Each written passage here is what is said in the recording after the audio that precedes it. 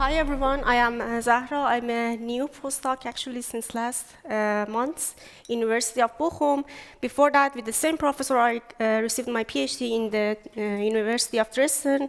And I have been, this is my second project that I wanted to discuss it with you that is funded partly by the university and partly by the Ministry of Climate. And before that, I had a project with the BMBF, or now BMFDR Ministry, and I'm very excited to share this with you. Thank you for the organizers and also for having me today, and let's begin.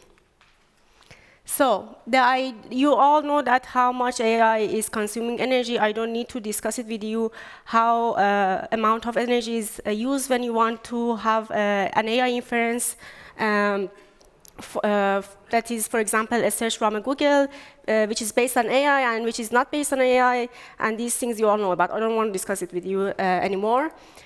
But one thing that is people not paying that much attention is that how this energy is actually affecting the climate based on how much carbon is producing.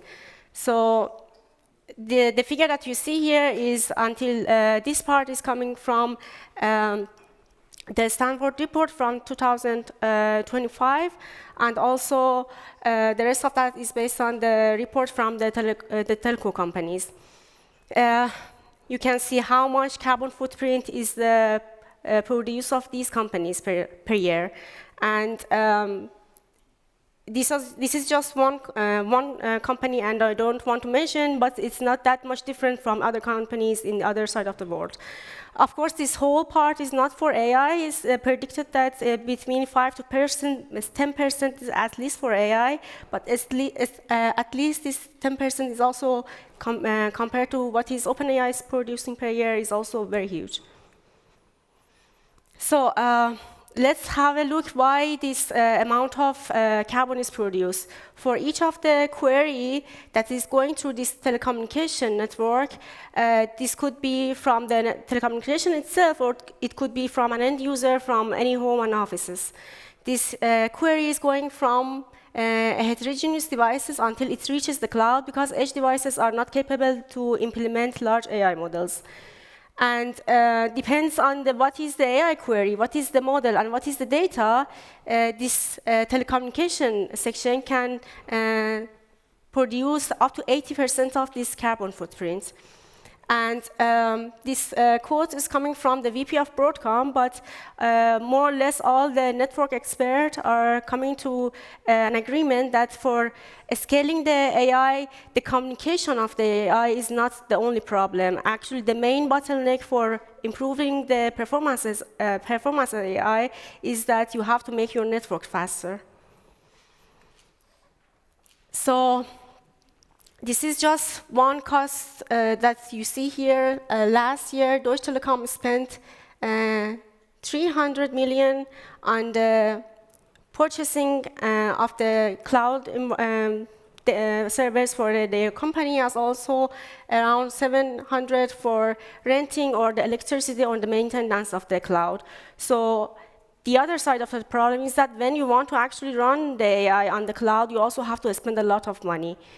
And besides that, as I said, this communication latency and energy is it's a big concern for even telco people, and also not all of the people in this telco environment or ecosystem they're willing to share their private data with the cloud. So we are searching for solutions to solve this. Actually, this is like a few years that not only telco people, also hardware vendors have brainstormed what could be a solution. And for 6G, they're coming into a kind of agreement that the network itself should be intelligent, meaning that one part of that is that you should be able to at least perform some computations within the network without transferring all that computation to the cloud. And the idea, as you can see, is that we want to connect the networking devices. These networking devices could be in different locations of the network, from the core to the RAN, deep edge, or edge layer. And we want to connect them in a way that when they are connected together, they should implement some AI task. And this is the whole vision. And when we are implementing this solution, hopefully we will get saving in terms of communication latency and energy, which also will translate it into the less carbon footprint. So let's say what is the unique selling points or the USPs of this solution. What we want to do is kind of a both university and industry kind of collaborative research. We started this with Huawei a couple of years ago, and now we are looking for new partners. The idea is that to implement the AI queries on the telecommunication devices, and these devices, depending on their location within the network, are at least 50% of the time idle. And when these devices are idle, they are actually wasting a lot of static power, and we don't want that power to be wasted. We want to use that power.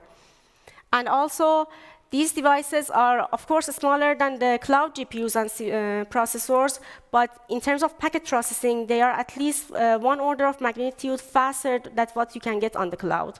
So if we are intelligently use these devices based on their potential, we can get even higher performance than when you are sending your query to the cloud. And this, I already discussed how would be the improvement in terms of energy and the latency of the query, and also the data doesn't need to leave the network, and this for telco could be a good selling point. So what people would actually benefit from this? Besides the public telco providers, there are 4 main ones in Germany, besides some regional ones. There are also many private network providers. These vendors actually provide private networks for factories, for farming lands, for even different places. And usually they kind of rent the network from these main ones, these main providers, to enable that network for their own customers. But depends on what is their use cases, some of them still deploy their core network on the cloud.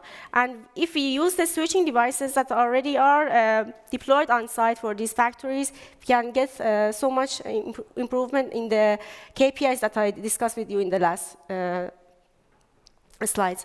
And the data center owners, so these data centers also contain a lot of these switching devices, the routing devices or DPUs that I discussed, and these are not, these are just used for doing the communication. If we can use these devices also for the computation, then the data center, the performance of the queries in the data center itself would also be improved.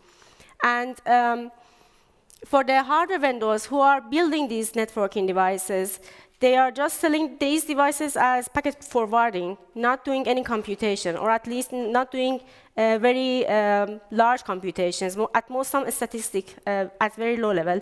And if we are able them to implement some small AI tasks, then they will be also able to send their devices as tiny AI accelerators. So, I will go, let me see to the next slide, yes. Sorry. So the idea is that, as I discussed, we want to connect the networking devices and to make them, to enable the AI queries to be deployed on these devices. Of course, it's a lot of processing between, and which I can classify it in 4 main tasks. So when an AI query, you want to implement an AI inference query, actually this is very complex mathematic equations, and you cannot simply deploy it on a packet forwarding devices because they don't have the capacity, they don't have the hardware, required hardware for that, so you need a lot of customization and optimization. And the way we are deploying that is based on a lot of years of experience. It's just software-based optimizations. We don't want to change anything in their hardware. And at the second, we have to partition a very large AI model to smaller fragments because, as I said, these devices are very small. And we will distribute these small AI fragments into these devices. And then we also need a compilation stage because we have to do this in a way that these devices understand what they should be implementing. And yes, this is the platform that we are implementing to take care of this process. Here is, for example, a part of the network from Frankfurt, and the user, when is interacting with this platform, can change and can decide what is the AI model that they want to deploy on the network, and what is, I don't think that I have, no, I don't have, yep. Yeah. They can change what is the AI model that they want to deploy on this network. They can change or decide which of these networking agents that you can see in the green and red color, which of them are active in the green color and which of them are inactive, meaning that they won't be participating in the solution. They can also change where the data should come from. The data can come from actually the agents from the network, or be uploaded to this platform by the user. And what should, for each of these AI query, what should be KPIs? The end-to-end inference latency, the energy, and the carbon footprint. And then this platform that we are building will be deciding how this very large AI query should be partitioned and distributed over these network agents. Yeah, and I discussed these different features of the platform. We have also discussed this already with potential partners and, let's say, customers, because at the end it would be a product that we want to sell to these companies. And we have already received a lot of positive feedback and how this can change the way that they are implementing the AI task for themselves. And where we are. So actually, two and a half years ago, we had implemented a very proof of concept of this project. And for that, we received funding from BMBF. And result of that is already published. And also, our first collaborator was Huawei in the research center in Munich. And for this, for the ongoing and the future steps of this project, we are looking for new partners. And we have shown our proof of concept and early result in the startup exhibition of GITEX, which is the largest, one of the largest ones. And this way, it was in Berlin.